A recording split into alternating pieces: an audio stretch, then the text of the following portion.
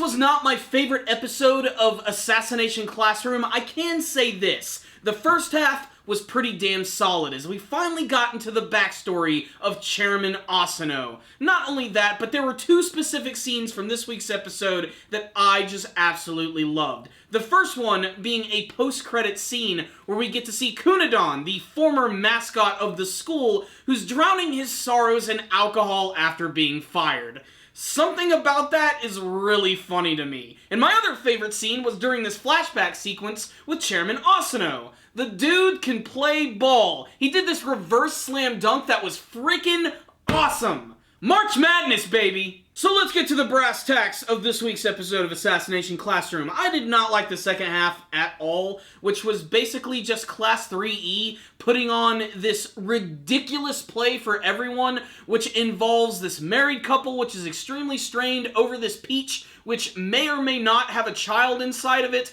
There's gangsters, there's lawyers, there's people dressed up as animals, and frankly, it's a cultural barrier that I just cannot climb over. Really didn't enjoy the second half all that much. That being said, the first half of the episode is very, very strong. We actually get into the backstory of Chairman Asano, and we get to learn why he's so freaking insane. So let's all hop into the DeLorean and travel back in time, to a time when Chairman Asano was actually an amazing teacher. He was super nice, he was really good at his job, and he was looking out for the best interests of his students, trying to turn them into well-rounded people. At the beginning of this flashback, he's only working with 3 students. 1 girl, 2 boys, and he's doing everything in his power to basically bring out the greatest strengths in all of them. And honestly, it looks like it's working out really well. He's turning them into good, honest, kind people, teaching them about school and teaching them how to tear it up at the basketball court. That slam dunk was awesome, guys! Chairman Asano's methods were so successful that a lot of parents decided to start bringing their students to his cram school, seeing as how all of his students go off to do really great things.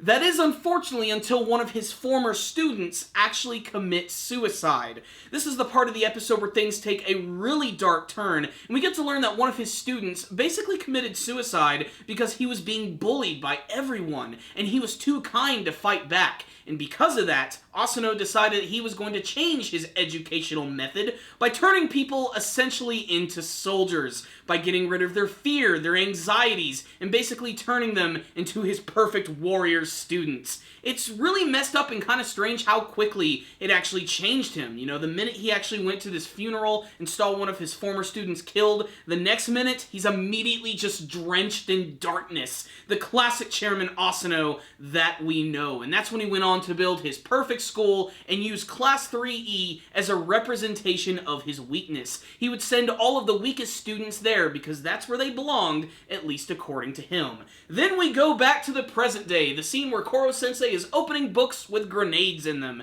Now, predictably, Koro-Sensei's awesome. He's got supersonic speed, so he's not getting blown up anymore, and there's 1 book left, and of course that belongs to Chairman Asano, who now has to walk up to one of these books where he's going to predictably die in a very big and bloody explosion. Except that Koro-Sensei decides to save him. He actually uses his signature technique of removing a layer of skin and covering that over Asano, which sort of acts like a protective covering, so he's not going to die in the blast. Koro-Sensei feels sorry for Asano because he realizes that in the past, they were basically the same type of character. They were so similar in their educational methods, and even though Koro-Sensei has been kind of lucky with all of his students, that's no reason for Asano to continue to go down this dark path. And Asano doesn't exactly change just like that, but you can definitely tell that Koro-Sensei has had a massive influence on his character to the point where he kind of starts to get along with his son just a little bit, basically reassuring him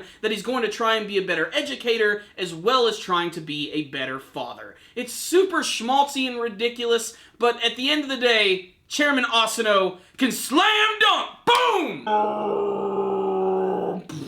Considering this is an anime, I expected them to go a little more over the top with this. Why didn't the glass shatter? So what's the rundown on this week's episode of Assassination Classroom? This week's episode can be summed up in the old classic phrase, We're not so different, you and I. Koro-Sensei and Chairman Asano are strikingly similar in many ways. They're extreme parallels to each other. Basically, Asano is what would have happened if Koro-Sensei decided to be evil. But what's also really good about this episode is that it sort of puts everything in perspective by learning about the true origins of Class 3E, how Chairman Asano used to be a teacher there, and how all of these events went down to creating the current school that we see now. It's also made me appreciate his character just a little bit more. I still think he's a pretty awesome villain, and I actually had this feeling that he might actually turn out to be like the penultimate villain of the series. Maybe even the final villain of the series, if you will. But it doesn't look like it's going to go in that direction anymore. There's still a lot of twists and turns coming around the corner. I know eventually we're probably going to see the return of the Reaper. Otherwise, why would we even include his skull face in the intro?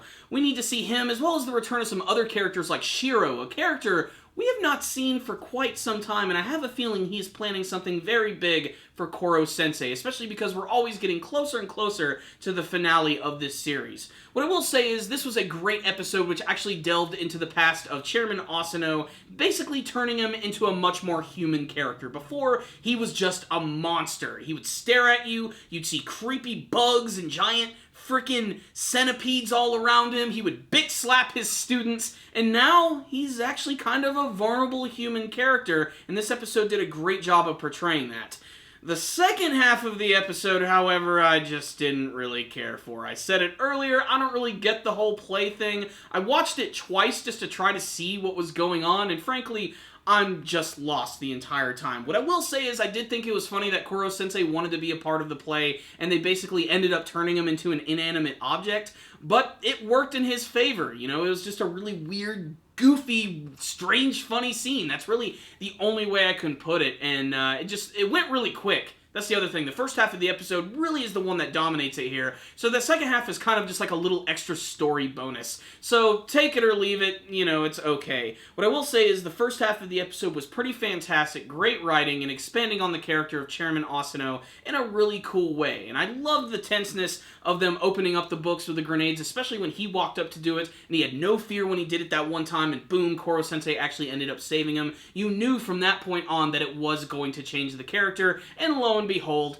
it did. So this was a really good episode. I just didn't like the second half. So I'm going to give this week's episode right here a 4 out of 5. I thought it was a really solid episode dealing with Chairman Asano. So Ass Class fans, make sure to check this one out. We're getting this much closer to the finale of the series. I cannot wait to see how it is going to unfold. As someone who just watches the anime version, I cannot wait to see how things are going to be explained in this series. So 4 out of 5 for me. Check it out, guys. Pretty good episode. But if any of you watched this week's episode, why don't you tell me what you thought about it in the comment section below. What did you think of the backstory of Chairman Asano? Did you find it very disturbing? Do you actually like the character a little bit more now? What do you want to see from the final episodes of Assassination Classroom as we get oh so closer? Make sure to tell me in the comment section below. You guys are awesome. Thank you for watching this review. I really appreciate it. If you would like to just smash that like button, I would really appreciate it. Make sure to subscribe to the channel. That way you can see all of our latest anime and manga reviews. Speaking of anime, spring 2016 anime season is about to kick off, and I'm going to be checking out a lot of different shows. If you guys have any suggestions or some anime series that you guys would like me to look at,